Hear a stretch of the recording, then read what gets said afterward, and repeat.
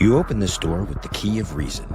Beyond it is another dimension, a dimension of truth, a dimension of freedom, a dimension of joy. You're moving into the land of both the ideal and the real, of the possible and the actual. You've just crossed over into the capitalist corner. Where reason meets reality, welcome to the capitalist corner. Welcome to the Capitalist Corner, everybody. As you can see, I am here today with the great Jim Valliant. He's called himself Hell on Wheels. I really don't know what that means, to be honest, because hell is a place. I've never known it to be depicted on wheels, but nevertheless, people say things like that. Jim is known for hyperbolic rhetorical flourishes at times. So, very much. But today we have a serious topic. And I want to say, first of all, okay, I'm going to give the one disclaimer, and then I want to move on because I want to get to everything. This show is in no way affiliated with the American Capitalist Party. The views we express here today are not necessarily indicative of those representing the American Capitalist Party.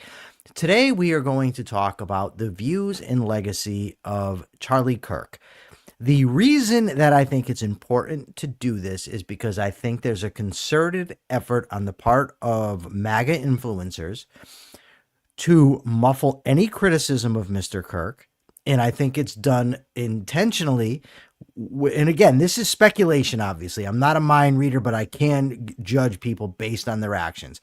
And I think there's an attempt to mainstream his views. I think he's being promoted as somebody with moderate views, that he is a defender of liberty, the Constitution, the American way, that sort of thing. And any criticism of him is sort of unjustified. Somebody, for instance, I quoted Kirk directly and in context, and somebody said to me that I was raining on the grave or dancing on the grave of a dead man, some such ridiculous thing. But we have no fear here. We believe in speaking the truth, and that's the bottom line. And if people don't like it, they don't have to, and they're free to criticize back, because we believe in free speech, as opposed to some of those who claim to. So I want to break this down, Jim, into five categories.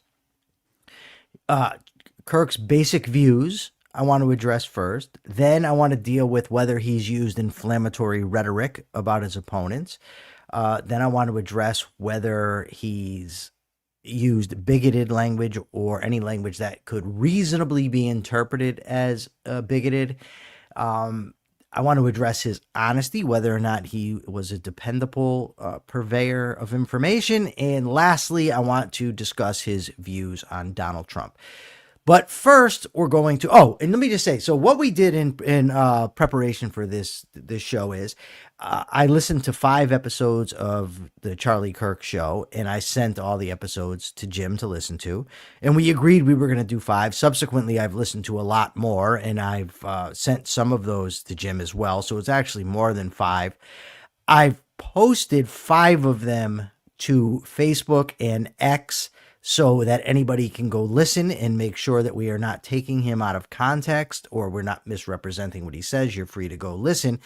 I can't, however, guarantee, because I've listened to so many of his shows now, that everything that I reference will be included in those 5. If you find something that's not, ask me about it, and I will do my damnedest to go find it. So, Jim, first things, I want you to give a summary of Charlie Kirk's basic political, philosophical views. Well, I think they're best summarized. I mean, we have, he in one of the clips you sent me, I think one of the most powerful clips you sent me, Trump, the anti-abstraction president. And so we have to be careful about being too abstract, because he himself was philosophically, self-consciously opposed to being too abstract. And so it's shallow, whatever we're going to discuss when we discuss Charlie Kirk's philosophy. Let me just say, when we're about to launch into a tirade against his philosophy, let me just say that there were people who said that Charlie Kirk deserved it, that Charlie Kirk's words set him up for this, that Charlie Kirk one person on social media that I'm connected with actually said Charlie Kirk put his head in the noose. Anyone like that is despicable. Anyone like that is despicable. And I didn't want to do this in the immediate wake Obviously, I wanted some time to pass before we even criticized the guy, however shallow and absurd many of his views are. So getting that out of the way, I think it is appropriate. On the other hand, there are people on the right saying, well, this is the time to reconsider Charlie Kirk, to open our minds to Charlie. Well, if that's the case, my friends on the right, then you have to be prepared for us to open up the chest, of secrets here and get out the criticism. His philosophy is essentially best described as Christian nationalism. I don't think he would have been uncomfortable with that, but it is an anti-conceptual. It's not I hope terribly people cannot read this, unfortunately. But under basic views, I wrote Christian nationalism. well. That's it, and it's a shallow. It's not a terribly deep philosophical view. Don't think that you're going to be entering the world. What were we discussing the other day? Gramscian cultural Marxism. No, we don't think you're going to be entering that world. Don't think you're going to be entering the world of Ludwig von Mises. Don't think you're going to be entering an intellectual world like Ayn Rand, referring back to Frederick Bastiat, the founding fathers. No, no, no. It's not intellectualism. It's anti-intellectualism, as I think the title of his podcast that I just indicated. So there's an anti-intellectual current to his ideological views that's explicit, and that goes with the territory of being religious and being collectivist. And Christian nationalism is just that. He's saying he's a mystic collectivist. Those are just the particular forms in which his mysticism and collectivism come out. Now, nationalism is a kind of as Ayn Rand said in Global Balkanization, Marxism was asking far too much of the ordinary people in the world, very abstract, the working class of the world, international bourgeoisie and all that. Oh, wow. When you become collectivist, which is a form of mysticism, you reduce people to the perceptual level. So it's my people, it's where I was born, my land, sometimes my race, sometimes my religion, my tribe.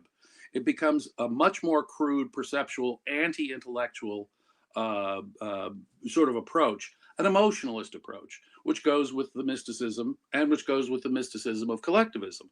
So the guy's basically a tribalist. He was no defender of capitalism. It's funny how he would often clothe what he was saying in capitalism. He said, like you, one of the big influences on him early on was Milton Friedman. Let me just point out that I don't think he really does even Milton Friedman justice, but there's something to Ayn Rand's criticism of Milton Friedman. You were inspired by Milton Friedman and took it to another level by exploring different things and taking an intellectual path. He found some conclusions that he was sort of friendly with and basically shut off his mind thereafter. The danger of Milton Friedman's in this world is just that. They don't point to the needs of a deeper philosophical context, such as a rejection of mysticism and a rejection of collectivism. All right, Jim, hold on 1 second now, because you said a lot, and I want to just get into it. So, no, it's good. You did fine. So, in relation to Milton Friedman, for instance, Charlie Kirk, and this goes to the nationalism, he is opposed to all immigration. Not, first of all, I've heard him say this, not just illegal immigration, which is normally the conservative talking point, but he's honest about it and says no immigration. Also big supporter of tariffs and United States hemispherical dominance, in this part of the world. But I find it interesting because in a debate he was talking to a young college student, and he said this to the college student, did your teachers have you read Ludwig von Mises, Murray Rothbard, Milton Friedman? He may have mentioned Hayek and Sol, but I'm not sure. But the interesting thing is, okay, Charlie, you're for these tariffs. What would each and every one of them said about tariffs? So that's the first thing. Now, he said, and this goes to the Christian national thing. I'm going to go through some of what he said. I like to use his own words. He said Ayn Rand was wrong about metaphysics. Importantly, Randian metaphysics can be summed up in a simple, what's the word I'm looking for here, Jim? A pleonism, a tautology. Existence exists. The supremacy of existence. That reality is what it is, independent of what anybody happens to think about it. It is what it is, period. He rejects that. So what can go into its place? A supremacy of consciousness. Well, what is the supremacy of consciousness? It means that consciousness controls everything. Right? And in the case of Charlie, It's the consciousness of God is what he believes. Interestingly, he also went in some depth quoting Rand, excoriating leftists. He, of course, neglected to mention her criticisms of conservatives. The best is conservatism and obituary. So let me just Well, say, what's interesting there is that he even missed her. He praises her. None is better than Ayn Rand when it comes to criticizing leftists and how they really don't want you to succeed and dot, dot, dot, dot, dot, dot, dot.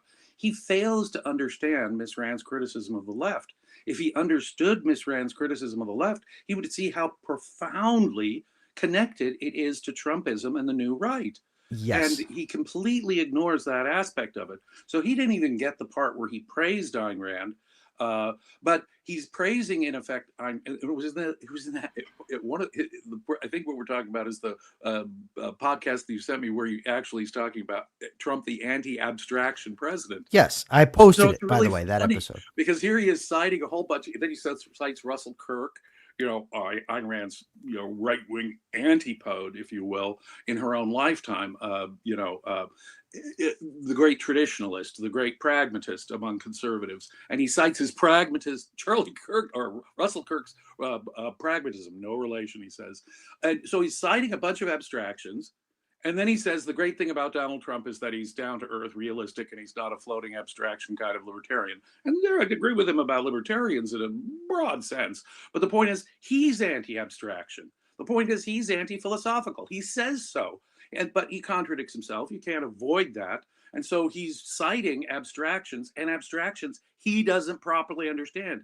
If you think he could probably, if he had one of those prove me wrong things about Ayn Rand or Russell Kirk, I'd have been happy to walk up to him and have a conversation about how he is absolutely wrong about Ayn Rand and Russell Kirk and contradicting himself in the process. So, okay, I want to just share a few of his quotes. On one of his shows, I heard him say, he's talking about what does it mean to be an American. He says, to be an American, you have to accept that that rights come from God, and that we are, and we're endowed with those rights by our Creator. So he's saying that to be an American, you have to believe in God, in essence, right? He also says that you have to reverence our Christian traditions. He says that Lamar Jackson, the football player, he says Lamar Jackson is an American. He loves Jesus. He also had a guest on, Jim, and this is going to burn your balls to the crisp. He had a guest on, and he didn't contradict this guest, and he rather praised him. And the guest said that when the founders discussed freedom of religion, they would not have included Islam. He said, I don't believe they would have included Islam. Everything there is just false. Yes. John Adams, the man who gave us American independence, who really pushed the Continental Congress for a Declaration of Independence, John Adams, second president of the United States, he was on the right side, not the left side of the spectrum at the time. He said, most definitely, America is not a Christian nation. When he was negotiating and doing diplomatic agreements with Arab powers, he said, trust me, Muslim powers, we're not a Christian country, to a Muslim power. Thomas Jefferson himself said, and you posted this quote recently on social media, it doesn't pick my pocket. I forget, I'll paraphrase. It doesn't hurt me in any way that a man doesn't believe in God. No, go read some of Ben Franklin, go read some of Tom Paine. This guy does not understand the founding fathers in the first instance. America was a radically secularizing event in human history. It separated church and state in a way that had never been done before. And so if you miss the radical anti-religion aspect of the founding of America, you are fundamentally misunderstanding America, and you, Mr. Kirk, are not an American. So if someone believes in Jesus and they are a socialist, advocating, some theocracy, Christian theocracy somewhere in the world, that would be Americanism as far as he's concerned. They're just as American, but I'm not. As an atheist, despite what Jefferson said, despite what John Adams said, despite what the other founding fathers said and implied, I'm not an American.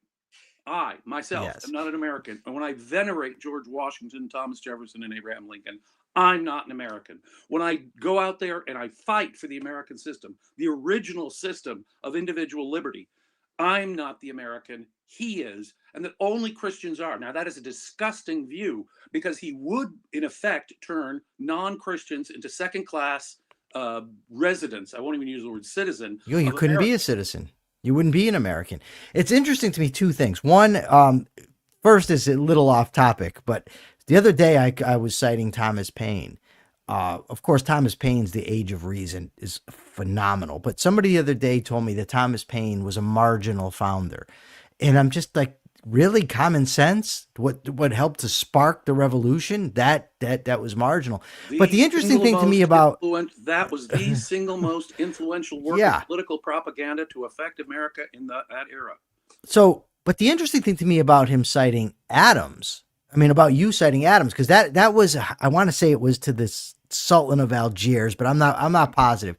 It was a North African Islamic leader, and there was problems with the Barbary pirates and whatnot, and he was treating with him.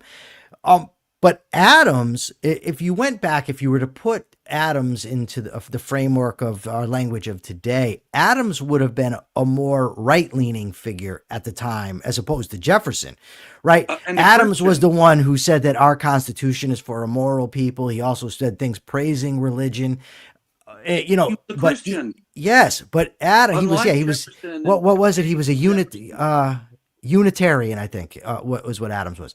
But Adams, which was a brand of Christianity, but Adams still said this is not a Christian nation. Exactly. He's going to be on your best bet, because one of your best bets. John Adams, okay, he wasn't the really religious committed like his cousin Sam Adams, let's say, who was religious. I mean, I happen to know the degrees of religiosity on these founding fathers. I thought you were going to say you knew Sam personally, but didn't. I'm not. Someone the other day said I knew Thomas Aquinas. I was not around in the 13th century. I guarantee you, I wasn't even around in the 18th century. But the truth is that even the religious founding fathers, the ones who considered themselves dyed in the world, even old-fashioned Christians like Sam Adams and Patrick Henry, had to intensely modify the traditional Christian worldview. And that's another thing about Christianity. He doesn't know what Christianity is. Christianity is to him what Christians say it is in America today. So rather than looking at much less the actual philosophical roots of religion, he doesn't even understand Christianity.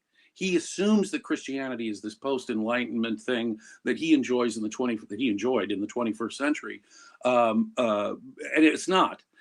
So he doesn't understand Christianity even. So his approach to his own religion is anti-intellectual, as far as I can see, much less his understanding of the founding fathers and the radical anti-religious secularizing movement that it represented. A lot of people will say the American Revolution wasn't a social revolution like the French Revolution or the Russian Revolution.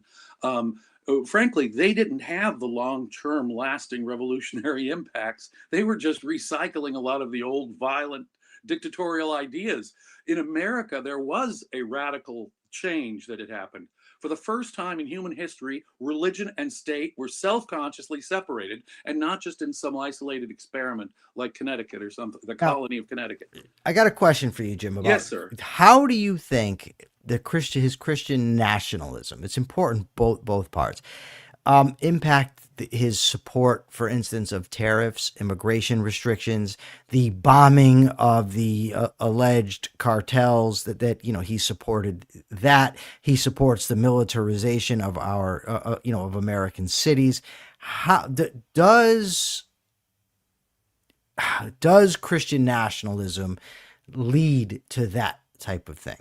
Oh, yeah. I mean, to look those at, for types of example, views. immigration. You can see the collectivism. I mean, there are certain cases where it's like the mask completely slips and you can see the total collectivism of it. Until he had a guest on that very, Trump is the anti-abstraction president. At the very end, he had a guest on immigration. And he said, until we eliminate not just the criminal aliens, not just the terrorist aliens, until we get rid of all of the 20 or 30 million illegals who are here in the United States, we can't allow anyone in. Zero immigration. Now, they have a ton of fallacies that I know you can break down in terms of economics, in terms of, they are wrong about the impact of immigration on crime or economics, things like that. But on the other hand, you can really see it's a kind of tribalist collectivism, a Christian nationalism. Our culture can't sustain all these foreigners coming into America, and we have to get rid of every single, even the law-abiding, the most American patriotic illegal alien. If you're not here with what Trump thinks is a legal permission, we've got to get rid of each and every one of you in a complete way until we allow any more legal immigration. Now, what is that but rank tribalism? It is total nationalism. It's a kind of collectivist nationalism that can only be justified on the grounds of mysticism. That's an easy no-brainer. Tariffs are similar to that, the nationalism part. I'll say something about the Christianity part when it comes to economics too. Christianity has never been a friend of capitalism. Christianity is always. It can't be. It cannot be. It is opposed to material progress, worrying about what you wear, what you eat, life on earth, gaining money. All that is evil. If you're worried about having a happy life here on earth with money and sex and success and, worried about, having a nice life here, that is the original Christianity he's really not in touch with. But the point, though, is that with economics, Christianity really, you can see how it trumps free market economics every time. And so the more Christian the right becomes, the less capitalist they necessarily will become, the closer they are to original Christianity. Now, as I say, Kirk has already got a very compromised and confused view of what Christianity is, thinking the 21st century American Christianity, with all its flaws, is somehow a reflection of the true ideas of Christianity. But even that is anti-capitalistic. But in any case, it's also nationalistic, the tariffs. My gosh, what was he complaining about in that same podcast? What was he complaining about? How dare, what was it, baseballs? Baseballs are being, now you can see how economically essential baseballs are to national security, and how it's a great threat to America that China should make baseballs. But he thought it was just absolutely self-evident that it was somehow wrong that an American symbol like baseballs should be made in a foreign country. We shouldn't be buying our baseballs and our baseball bat. They should be Louisville Sluggers made in Kentucky, and that's it. So that is rank collectivist nationalism. If you really can't emotionally abide the idea of baseballs being manufactured abroad, you're not only ignorant of economics. I mean, fundamentally, shouldn't people get the best, cheapest baseballs? No, because the baseball is America's game, and you shouldn't have that made foreign. We have to pay for more expensive baseballs. Doesn't that impoverish Americans when it comes to buying other stuff? Because they have to spend more on baseballs, etc. No, Jim, he doesn't think. Go ahead, finish your thought. I'm sorry. He doesn't think. He's just thinking in terms of tribes. We Americans should be making our own symbol of our own culture, baseballs and baseball bats. Yeah. So that is how crude he is. The last thing I want to say before moving to the next is the next point is he promotes the Fed lowering interest rates to promote home ownership. Now, first of all, this is the exact problem, or at least one of the exact problems that led to the housing crisis in 2008. Remember George Bush's ownership society that he was pushing for? The low interest rates combined with the Community Reinvestment Act, pressuring banks to loan to minorities, to lower income voters, that sort of thing, lower income citizens, I mean. But aside from that, I'm going to go back to the economists that he recommends. Mises, Rothbard, Friedman. And I will just leave this topic with a quote from Milton Friedman: "Inflation is always and everywhere a monetary phenomenon." Well, so there's specified tariffs are not going to have an effect on overall inflation. It'll come out of somewhere else. As the great economists have pointed out, it is a monetary phenomenon. It's a monetary phenomenon which causes, as I said in an earlier podcast, malinvestment and a decline in the value of our dollars for whatever whatever value you put on the dollars. So he profoundly misunderstands the economics as such. he not only doesn't understand tariffs on the issue of tariffs, here we're talking about monetary policy. He doesn't understand money. He doesn't Right. understand the basics of the economics he cites, as you point out. Yes. If he had any respect for that, I mean, Milton Friedman was a big advocate. I don't think there is a good Fed policy. Back in the late 1970s, Milton Friedman advocated a monetarist in the Fed. We got to choke off the money supply, raise interest rates, and it caused a significant recession in 1980 through 1982, as everyone knows, with extremely high mortgage rates, extremely high interest rates, and it was kind of crushing on the economy. If he even advocates anything like the monetarism, which I think has some flaws of Milton Friedman, he wouldn't be job boning the Fed for lower interest rates. He'd be saying we have to worry about inflation. Back in the day, right wingers were thought of as inflation fighters. Yes. Because they believed in a more stable, or at least a more no more, limited... because Trump is at the helm and Trump wants lower interest rates. Exactly. So there's somebody in the audience that says this in the chat, and this is going to take us to the inflammatory rhetoric portion. He says Christian nationalism equals Islamic Iran. The reason I say that brings us to the next point is because Charlie Kirk was talking about Tim Kaine, the former Democratic vice presidential candidate with Hillary Clinton. And Tim Kaine said in a speech that when you say that rights come from God, I think of Iran. I think of, what do they call, Jim? Help me. I can't think of them. Theocracies. Theocracies. Now, Tim Kaine goes on to insinuate that rights come from government. So he's just as wrong. Exactly. Talk about the false alternative. Yes. Kaine over here saying it comes from government. It's subjective, man-made. Yes. And Kirk is saying they come from God. The intrinsicist.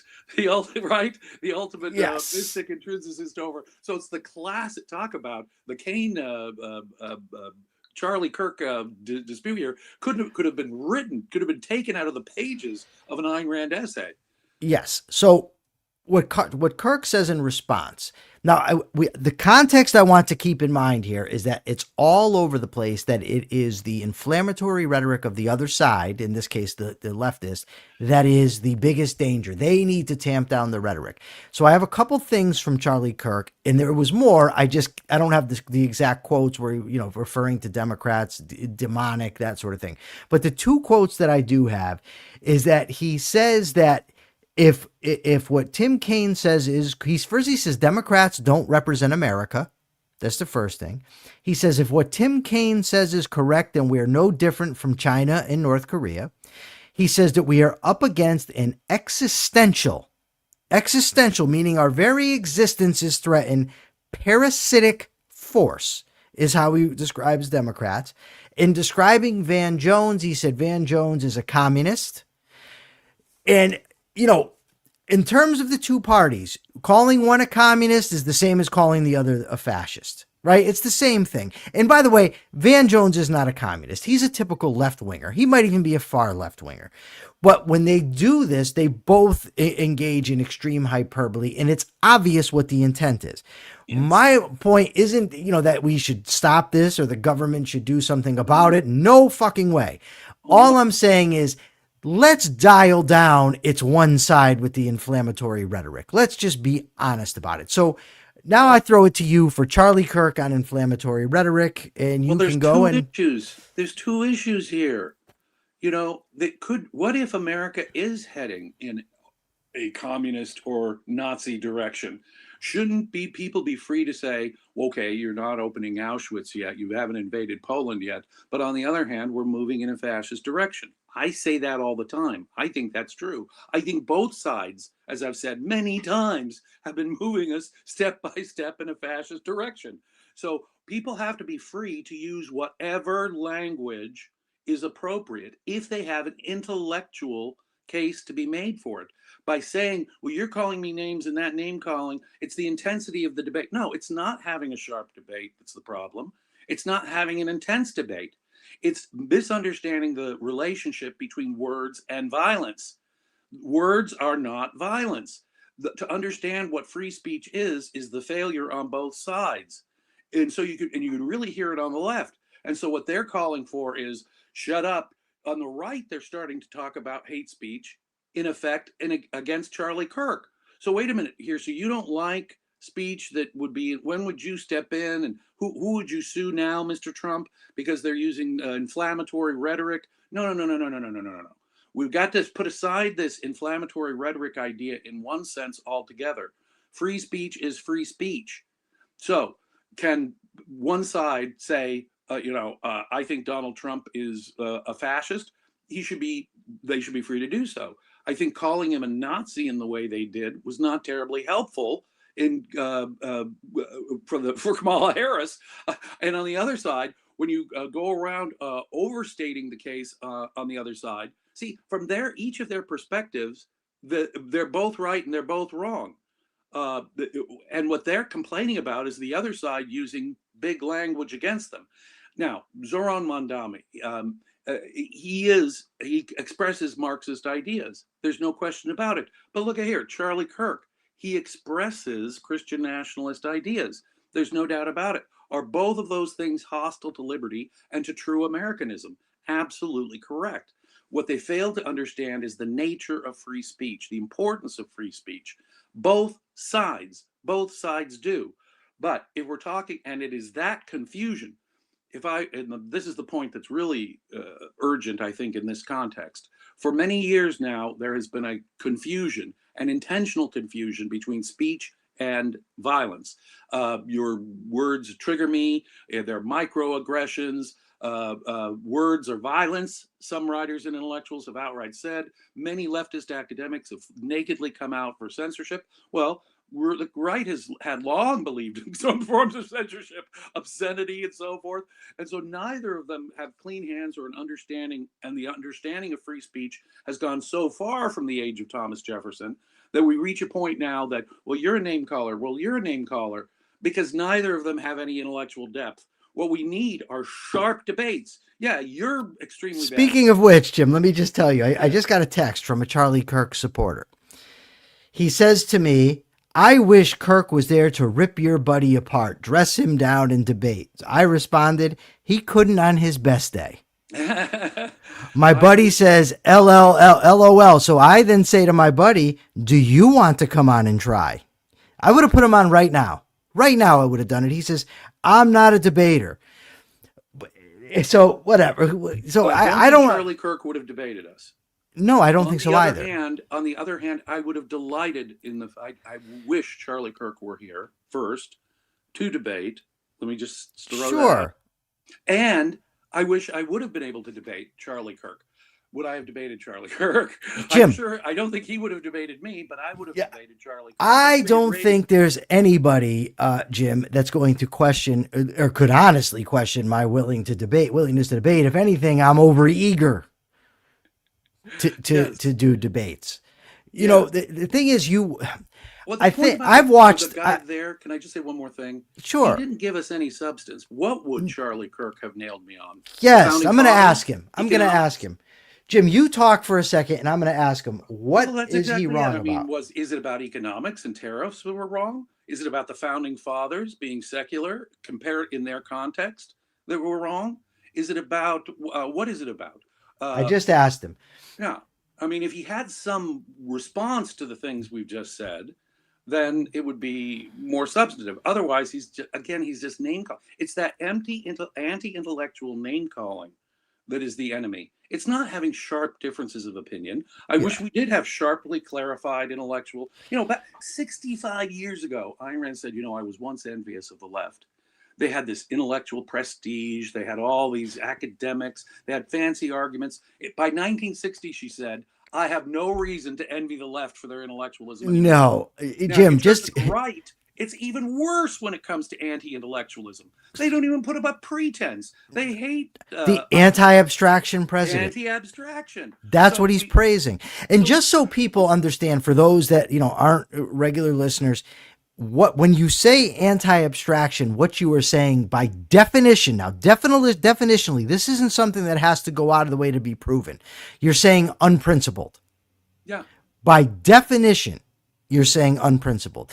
But however, Donald Trump, the unprincipled president, wouldn't go over as well with his audience, I don't think, as the anti-abstraction president. But just for some context, Jim, the friend who said that to me was the same friend who called me up accusing me of being a leftist and then couldn't identify supply side economics, Keynesian economics, came out in support of the living constitution doctrine and was a big fan of tariffs and artificially lowered interest rates. So, we have that. Let me see. That tells us everything. The right has officially abandoned even their modest lip service to the free market that they once had. I would say in the 20th century, the right represented at least some empty lip service to capital. Yes. They've abandoned. Jim, I do want to move on to number 3, but what my friend asked me here is, do most laws derive from the 10 Commandments? No. This is not something that's difficult to find. It's not something difficult to discover. Read what the freaking founders said. Read the antecedents of what led to the founders. Read the Constitutional Convention debates. Read the Federalist Papers, the Anti-Federalist Papers. Read Common Sense. Read Thomas Paine's The Rights of Man. For God's sake. I mean, the Bible is a doctrine of slavery and dictatorship. Let me just say right off the bat. Talk about a gross failure to understand. And the assumption here is really bizarre, as if the ancient pagan Romans who were polytheistic or the ancient pagan Greeks who were polytheistic didn't have rules against murder and theft like the 10 Commandments have. No, and in fact, it doesn't even understand oh boy, I hate to break it to you, Moses did not get those rules from God himself on Mount Sinai. In fact, the Jewish people got them from much older cultures that already had rules. What about the Code of Hammurabi? Yes. And so the idea that somehow the Judeo-Christian Bible is the source of all morality is a bizarre anti-historical assertion. For most of Christianity's history, in the places where they ruled, they tortured and burned people at the stake for slightly variant beliefs. They had slavery, different forms of slavery like serfdom. They had the Bible, both the Hebrew and the Christian Bibles contain endorsements of slavery.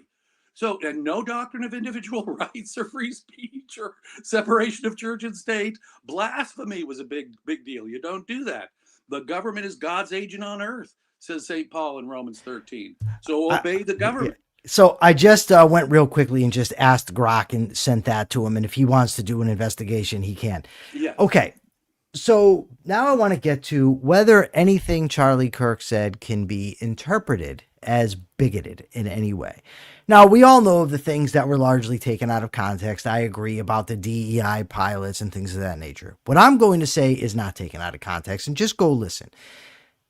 He insinuates that people with certain last names, certain names cannot be American, if not outright says it. He says he mentions names which are Arabic names and said these people are not Americans with these names.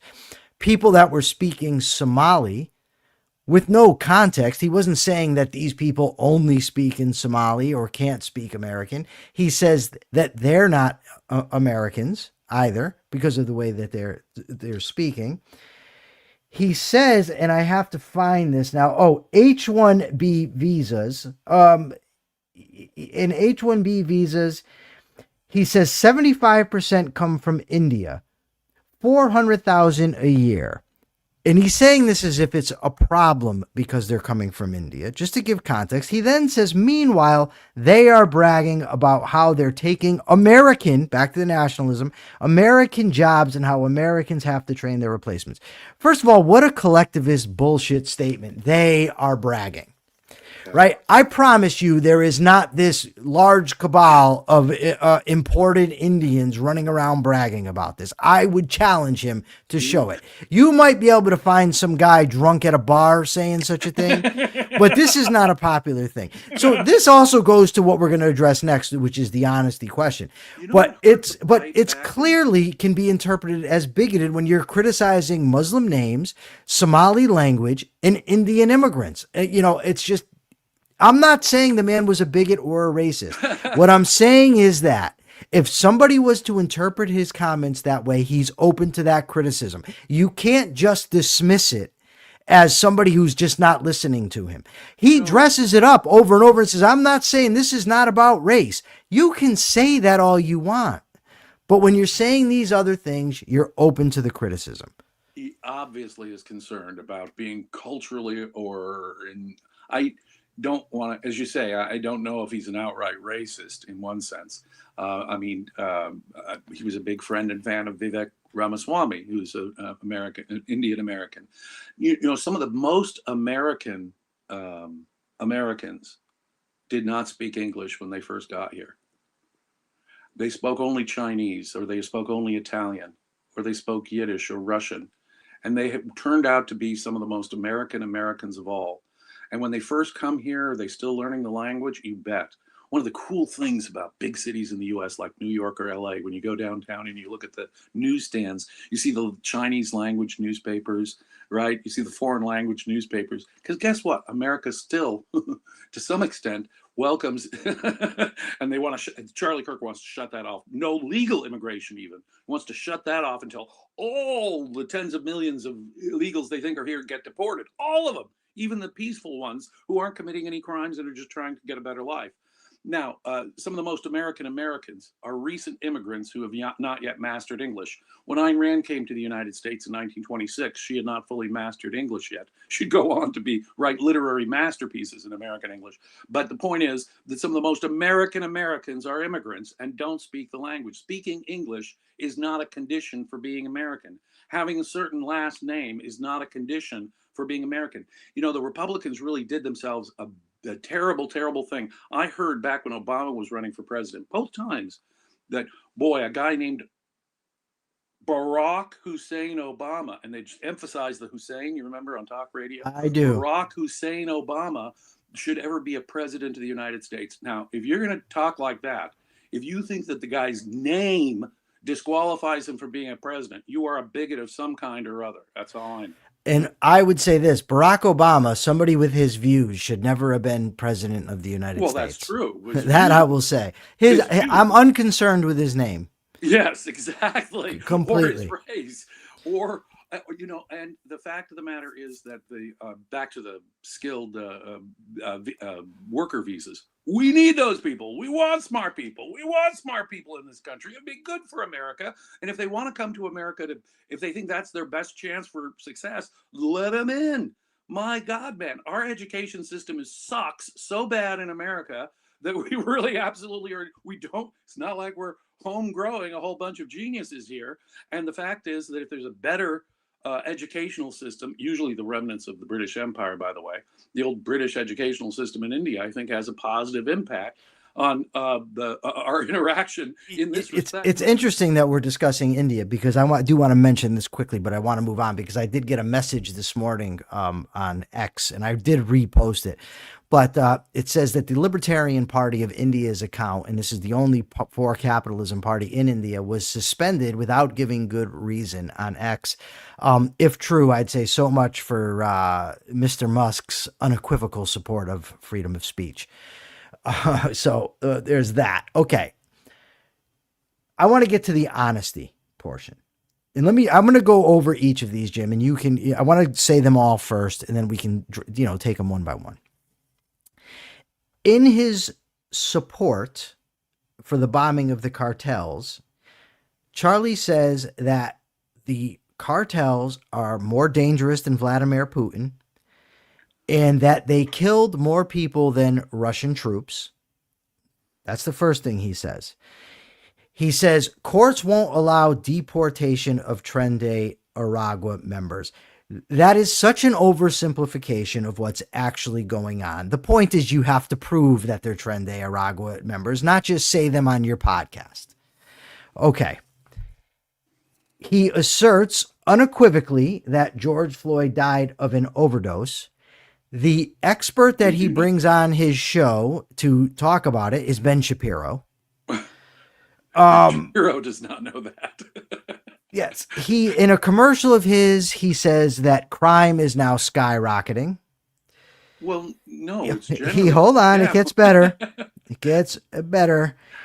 He says that before Trump took over in Washington, D.C., they were averaging 20 murders a week. Just on that one, I looked it up. The highest the murders have ever been in Washington, D.C. in the early 1990s was 8 to 10 per week. So I want to address this. Say, as a former prosecutor, that would be a hell of a number. So let's just hire 100 more prosecutors. I want to put aside the George Floyd thing for a second, because I think that the rest are all connected. Does a commercial where he says crime is skyrocketing, says the DC murder rate was 20 a week before Trump took over, when actually the crime rate in DC was dropping before Trump took over DC. Okay. Also asserts that they're refusing to deport Tren Aragua members. And then he also says that the cartels are more dangerous than Vladimir Putin, killing more people than Russians. Clearly, the goal here is to scare people. Yeah, there's a huge difference between an invasion and a foreign threat like Russia with nuclear weapons invading other countries, and the importation, legal or illegal, of a substance that Americans are taking themselves voluntarily. Now, there may be some fentanyl snuck in there. Their drugs may be cut with various things. But people who are buying and using illegal drugs voluntarily are agents in the deaths that he's blaming, in effect, the foreign importer exclusively. Americans who use drugs have no agency, don't you know? There's absolutely no agency on the part of Americans who use drugs. They are like the victims. They're like children kidnapped in Ukraine, apparently. So no, there's a radical moral difference here. There's also limitations the Congress has passed back in the 1970s with the War Powers Act on what a president can do internationally. He has declared a war, in effect. He's engaged in military activity. That comes under the War Powers Act. And if the courts are going to push back on Donald Trump for violating the War Powers Act, well, we have to let that first. Let's play that out in court before we make that assertion, Mr. Kirk. But the point is, doesn't it bother you? I know these are international waters, and it's kind of a Wild West anarchy zone out in international waters. But anytime an American president uses force abroad without congressional authorization, which is what the Constitution really calls for, over any period of time, which is what Mr. Trump wants to do, he's declaring a war, then we have raised legal and constitutional issues that the right has simply not addressed. We have a problem. Trump calls it an emergency or an invasion or an insurrection or whatever term Donald Trump wants to give to it. It doesn't really matter. It's not as though someone is sneaking in bombs to blow up buildings. People are sneaking in drugs that Americans are voluntarily taking on their own. If he can't see, and that's risky, maybe there's some fentanyl laced in there and you don't know it's in there. Okay, but the point is, he's denying any agency on the part of Americans on all of this. And he's making an equivalence between that and a military invasion, just as Trump made the equivocation between immigrants coming in and a military invasion. No, they weren't coming in with tanks. They weren't coming in taking over territory. It was not an invasion in any sense that James Madison meant in the Constitution. And yet they call it an invasion, just as people will call insurrections things that aren't insurrections, or it is emergencies, just emergencies that aren't emergencies at all. Well, that's the new thing. Everything's claimed to be an emergency. Everything's claimed to be a threat. In this here, Charlie Kirk, and we're going to get to the Trump, what he's doing, it seems to me, Jim, and if I'm exaggerating, then by all means tell me. It seems that he's just carrying water for the administration. He's pushing the administration's message. Outright shell. Yes. Okay. And you hear it in their inner discussions. The Charlie Kirk among his friends. That's when he's interviewing someone. That's when it really comes through. The deeper issues of morality or economics or history really get set to the side. It's Mr. Trump. Mr. Trump, he's got common sense. He's anti-abstraction. We don't need to get into these highfalutin ideas about this. Well, Mr. Trump, we emotionally know and we emotionally feel, right, that he is somehow connected with reality, our reality as, quote, real Americans, better than the opposition. This is not an intellectual argument. This is intellectual bankruptcy. To call it shallow would be to give it a compliment. When you ask the first question that we started out with, is philosophy, it's really as shallow as, a teeny little puddle on the... I want to come back to my friend for a minute, because to me, he's your guy, right? Not your guy, but he's the guy that we're talking about. Now, I've known this guy for 40 years. The guy who accused me of being a leftist. So he comes on and he says to me about Jim, he says, this guy's a leftist hippie. So I responded, you are a moron, I told him. And he laughs. He says, yeah, sometimes. So then he says this is the guy who called me a leftist. Now, in regards to you saying that the Bible authorizes slavery, he says all great civilizations are made through slavery. Okay, that's a leftist talking point, that the United States was made great through slavery. That's the first thing. Which I literally, Jim, the last podcast I released was the economic historian's Phil Magnus's master takedown of this idea, right? So that's the first thing. But then Slavery he says, did not build America, folks. No. So then my friend says to me, and this is the epistemological mess that we are up against. He said, I don't know the depth of Kirk's knowledge. I'm sure he could have refuted most of this. Well, if you don't know the depth of his knowledge and you don't know the accuracy of the claims, how do you know he's right? Other than that, you get an emotional sense of satisfaction when you listen to him.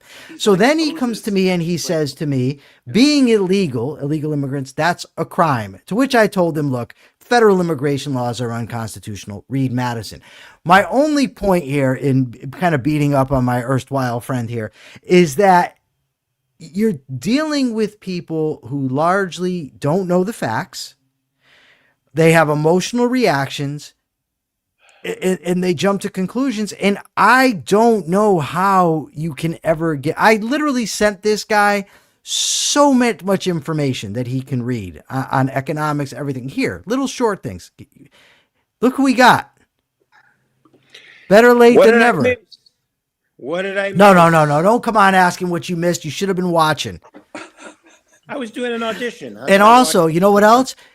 You should have been gone. After all your words of steel. Okay. Now we know what career you should not go for, Mike. Yeah, don't get a day job there, Mike. Hey, Jim, see, immediately, Jim, we've been agreeing the whole freaking time. He comes for 2 seconds and you're already schmoozing with him like you're Charlie Kirk and he's Trump. Well, cut it out. The karaoke even. Just don't. Okay. So the last, George Floyd. So he asserts unequivocally that George Floyd died of a drug overdose. He invites Ben Shapiro on to say so. And the evidence that they're going by is an autopsy. Now, the people who did the autopsy said it wasn't a drug overdose. It was the coroner ruled it homicide. 10 medical experts testified at trial that it was not a drug overdose. The jury of 12 found that it was a homicide. But there's so many people out there who read an autopsy and see elevated levels of fentanyl and say drug overdose. Here's the first thing I'm going to say, and then I'll let you two comment on this. There is no way you're looking at an autopsy like this with fentanyl and saying he had a high fentanyl level in his system, therefore it killed him, because you don't know his tolerance. And without knowing his personal tolerance. I have to interrupt. I understand the tolerance goes up when you're a drug addict, but also, did he not have serious heart disease at the same time? Also, he did, but also the autopsy and the coroner took that into consideration and said, but for, this is proximate cause. Jim will tell you about proximate cause. It was, but for the actions of Derek Chauvin, and that was the last intervening event, this guy would be alive. It was a rule of homicide. Mr. Pellegrino, if someone murdered you, and gave you a light dose of poison, and they had learned that you had heart issues, say in the past, and that those heart issues played into the fact, made you more susceptible to the over poisoning that Lucrezia Borgia put into your food, would Lucrezia Borgia still not be guilty of a homicide against you? No, we take our victims as they come, with all of their frailties, with all of their issues. And so when the cop used what is not a procedure that was trained, that he was trained for, a procedure that is inherently dangerous, and that procedure and that maneuver he uses with George Floyd plays a role, a necessary causal role in his death, then it's a homicide. The cop has to take into account the fact that he's got people out there who have all kinds of medical and physical contexts, and that's the way That's why they get the special training on how not to pin the guy's neck against the curb with your knee. So if that played a causal role in Floyd's death, it's a homicide. But for the cop acting like that, did those other things play a role? Absolutely, they played a role. My own physical conditions may have played a role in some homicide that someone does with me. Say I'm taking blood thinners for a heart condition, and someone stabs me, and I bled out real quick. But if the EMTs had gotten there, they could have saved my life. Blood for the blood thinner. Is the guy not guilty of murder because I was on heart blood thinners? So that's what proximate cause is. Yes, you lost it. You broader than the but-for test. It says but-for is the actual cause. But-for is actual. Proximate is reasonably foreseeable. Yes. But I also want to probable consequence. I also want to say, as someone somewhat familiar with controlling individuals on the ground, that is a legitimate means of controlling an individual on the ground. What I saw from the tapes was that he was completely insensitive to the person's suffering, which was very clear, as the person was saying as he was on the ground, "I cannot breathe." Right. Now, he was saying that evidently even before, but that makes it worse. Somebody's telling you they can't breathe. You don't throw them on the ground. And there's this argument that he was using a tried and true technique. And, I don't remember all the particulars. All I will say is this: Radley Balco did a masterclass in taking that apart piece by piece by piece. We've already posted those. Control of a human being, though, but it's not the way he did it. It's the way you use your foot and your knee as a hook on somebody's neck. And you're not placing all of your weight on their neck. You're just using it as a means of control. If you were defending yourself against an aggressive, if you were defending yourself as just a guy on the street, someone walks up to you and attacks you and starts, and you use that technique in self-defense, I would have a totally different standard, than I would about a cop who's making an arrest. Now, in all of my years in law enforcement, I never saw this procedure, never heard it being, no, that's not how you do it. And look, do I think it was racist? I don't think there was any evidence of racism. There's not. None. Do I think absolutely there doesn't seem to be any evidence of racism, but clear insensitivity to what was going on with that human being, for sure. A clear disregard for his life, to be honest. Okay. I want to get to this last thing. We may go a little over on the time because I do want to address, and this I think explains a lot of the other stuff, and that is his, I don't know what the word is, but he carries water for Trump. He claims that Trump ended 7 wars with the threat of tariffs. He praises Liberation Day, praises tariffs. He has said that Trump is the most moral president, and this, which might even be more ridiculous than that, said in dealing with Putin and Zelensky that Trump put on an absolute masterclass. That's scary. Go. Mark, you go first since you're late and your hair looks great. Well, I think with Zelensky and Putin, what he showed was a preference for Putin, and pressured Zelensky, because in the eyes of Trump, who's the ultimate pragmatist, who functions by no principles whatsoever, it was Putin who was holding all the cards in his mind. And so he ingratiated himself to Putin until it became obvious that Putin was using him as a tool the entire time and really didn't give two shits about Trump at all. Once Trump discovered that his relationship wasn't quite what he thought it was, he started to change his tune and start to support Zelensky, but it had nothing to do with principles at all. Liberation Day was no Liberation Day at all. In fact, our economy has been shackled and is running down because of these tariffs. You do not free an economy by taxing the citizens within it. You free an economy by loosening trade barriers, by taking off restraints, by deregulating, which he's not really doing, and by taking tariffs down to zero so that other countries can trade freely with you. That means where it's cheaper to produce something else, it's going to be cheaper for somebody else here to purchase it. Trying to return our economy to what it was 100 years ago when it was a manufacturing economy instead of a service economy now, folks, we're too rich for that. And that's a good thing. We have to keep moving up. Let other people manufacture things and export them here. It doesn't hurt us to have a trade, quote unquote, deficit. That's a political term that politicians use to acquire more power.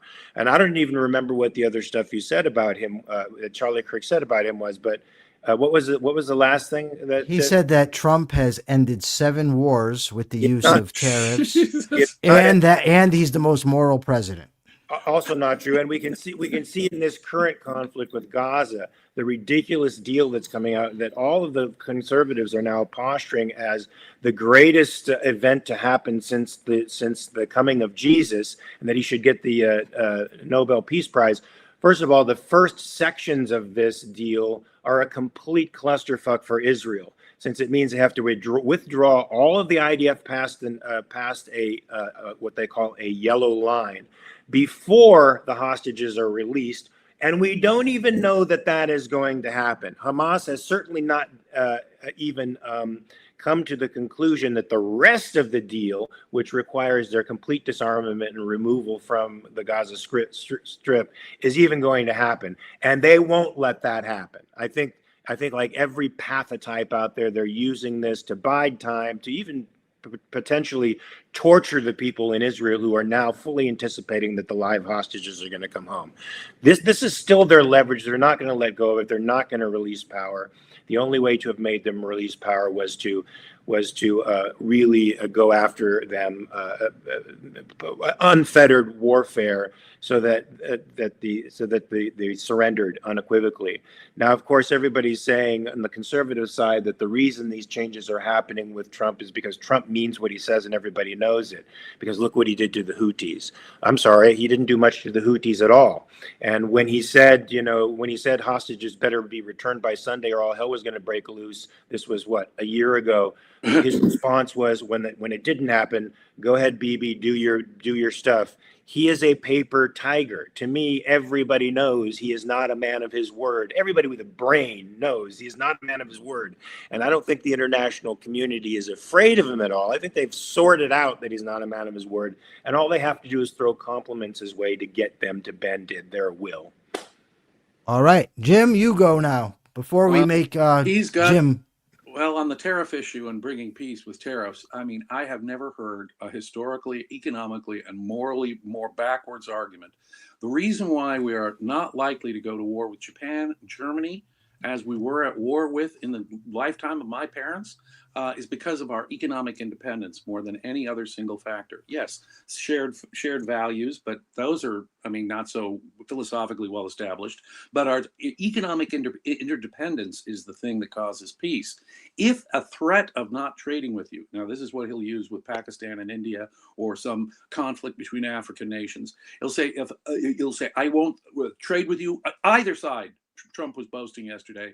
If I won't trade with either side, I'll put on tariffs. If putting on tariffs is what will get these parties to the table, and neither of them are free countries, we ought not to be having diplomatic relations with them in the first place. It's not a question of tariffs. It's a question of a corruption that is being band-aided over. It's not he didn't fix the problem between India and Pakistan. He gave us a short-term fix as a result of a threat between using trade in a way that ought not to be used. The very fact that we're still using trade threats shows that it's still an ongoing problem. Only when you have open trade, without any interruption, like between Japan and America or between Germany and America, have you really ensured peace. Tariffs help to lead trade wars, lead to real wars. So talk about getting it totally backwards. But I'm carrying that big stick, you see, and I'm talking softly. No, he's got it exactly backwards, just on the relationship between free trade and peace. And then the connection between the most moral president, Trump says, is the most moral president, says Charlie Trump. And then he says he was a masterclass with Putin and Zelensky. Talk about disgusting. Freudian slip. Previous Freudian slip, Jim. Yeah, Charlie Trump. Oh, Charlie Trump. Yeah. I'm sorry. Charlie Kirk. It may as well be Charlie Trump. But the point, though, is that he had no moral distinction between Putin, the aggressor, and Zelensky. The way he dressed down Zelensky in this first White House meeting. He said he'd have that Ukraine war solved by Inauguration Day back on January 20th. Turned out to be a little more complex than Trump thought it would. And he's totally amoral about it. There's no end in sight to the Russia-Ukraine. Trump has not moved the ball forward in that one little bit. And yet, in the same breath, he's saying Trump is the most moral president we've ever had, when he has completely eliminated morality from the lens of foreign policy, as you can see right there. So if he's going to praise, respect Putin, an aggressive dictator, right, and he can't make basic moral distinctions, he is nothing like Ronald Reagan, who called Russia, the Soviets, an evil empire. No, Charlie Kirk, there is a radical diminution in the moral standards, in the moral compass of our president. This Republican president has a far lower moral compass than Ronald Reagan, for all his problems, mind you. 40 years ago, he could call the Soviets an evil empire. With Donald Trump, when it comes to international powers, there is no such thing as morality. He has divorced morality from foreign policy altogether. And that's the guy that Kirk says is the most moral president ever. The tensions in everything that you said, I mean, I've got half a dozen other things to I'll just shut up right at this point. But when you have a mass of contradictions utterly disconnected from history, like tariffs lead to peace, as opposed to trade leads to peace, the masterful Ludwig von Mises, in his book Liberalism, had an amazing chapter on exactly how international trade is our best guarantee in a circumstantial sense. In an ideological sense, we need correct philosophy and culture, obviously. But Mises was correct to this extent. It is international trade that is the guarantor of peace, not trade wars. They lead to real wars. Absolutely. It's a massive nonsense. He's absolutely contributed nothing but more hostility to the world. But Megan asks, is there anything we can leverage from Charlie Kirk's popularity? I think what we need is somebody with that kind of energy on the capitalist side, with that kind of energy, organizational skill, and the ability to bring people together on the capitalist side. That's what we need. We do need somebody who has that capacity, but just the right ethics behind them. The lesson that I've learned, and it's partly ironic because we criticized his focus on praise of the anti-abstract president, but I do think that it's important to address people when you're dealing with politics as politics, to address people's concrete everyday concerns. The problem with taking just that approach is it can change like that if they're not principled and they don't understand the abstractions. Okay, so we're gonna wrap up. First, we're gonna have Jim's going to give the capitalist thought of the day today. That way I can pawn it off on Mark for tomorrow. So that's going to work beautiful. I'm going to do the question. I'll throw that out. And Mark, we still have to decide what time tomorrow morning we are going to be doing the show, because we will not be doing it at the regular time. So Mark, you think about that. Jim, you do the capitalist thought of the day. I'm afraid we need abstraction to defend a free market. Capitalism relies on our ability to go beyond the range of the moment and the immediate concretes we see in front of our nose. It requires us to think long term, and that requires broad abstractions. Broad abstractions carefully tied to reality. I reject the false alternative between abstraction and perception, theory and practice, etc. But on the other hand, we need philosophy. We need a Charlie Kirk in terms of organization. That may be true, but we need one who does not appeal to people's emotions, their pre-existing bigotries, even implicitly, their pre-existing bigotries. The defense of freedom and the defense of capitalism requires a philosophical, intellectual defense. And although both sides are intellectually bankrupt, Charlie Kirk was not offering an intellectual solution. The right's bankruptcy, the right's intellectual bankruptcy, is does not bode well for capitalism, because a free market requires a serious intellectual defense, a consistent intellectual defense, an intellectual defense that understands the free market principles. You speak out of one side of your mouth as you contradict them with your Christian nationalism on the other side of your mouth. Awesome. Thank you, Jim. All right. My question to the folks here today is, do you think, and you got to go to YouTube to answer this question. We need comments on YouTube. They're severely lacking every day. We're getting 4 to 7. I need 30. So go there and make the comments. Answer this question. Did we give a fair presentation of Charlie Kirk? That's our question. Did we present a fair case about Charlie Kirk?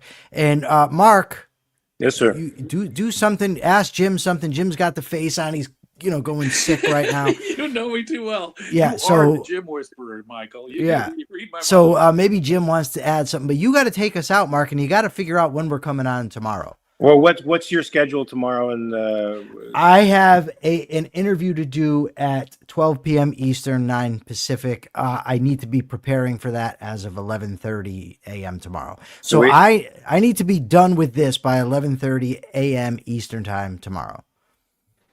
Fine. So 11:30, 10:30, 9:30, 8:30. So that means we start at 7:30 Pacific. Okay, yes. Tomorrow morning, 7:30 a.m. Pacific, 10:30 Eastern time. We will be here. Special time. Jim, you want to join us? You're here. I'll give you the invite. Wake up early. I have plans tomorrow, unfortunately, that were already made. Some of them medical appointments. Oh, okay. Unfortunately. So I can't join you. I wish I would have. And when it comes to your question, why I was doing my little, squirrely freak out, I'm not evaluating, and this was not, in my view, meant to evaluate Charlie Kirk as a human being, because that would take me into areas that are much more complex. But we were evaluating him. We were evaluating his political ideology. Yes. And so I would just slightly You're modify true. the question. Okay, so I will. Fair to his political ideology. There you go. Did we give a fair representation of Charlie Kirk's views and statements? I know I can be pedantically festive. Views and statements. Yes. Jim is the most handsome guy on the set. Well, followed by me as a distant second, and Mark with that even with the new hair. I'm sorry. People actually comment, that how come it is that Jim and I are so animated, and the actor that's on the show is so stoically calm, and except for when he starts tweeting, then he just goes sick. I told a friend of mine, you follow Mark. It's a fun follow. It is. It totally is. I might create a sock account just to harass Mark and get him to threaten me and tell me to go wrestle with him. And then you show up and I see it's you. All right, Mark, take us out. All right, folks. So we will see you here tomorrow at 7:30 a.m. Pacific. What is that? 10:30 a.m. Eastern time. Be here. I know it's a little bit early for you all. It's going to be early for me too, but we're going to discuss very important things. Remember to like and subscribe to the station. Remember to share it from YouTube across social media platforms.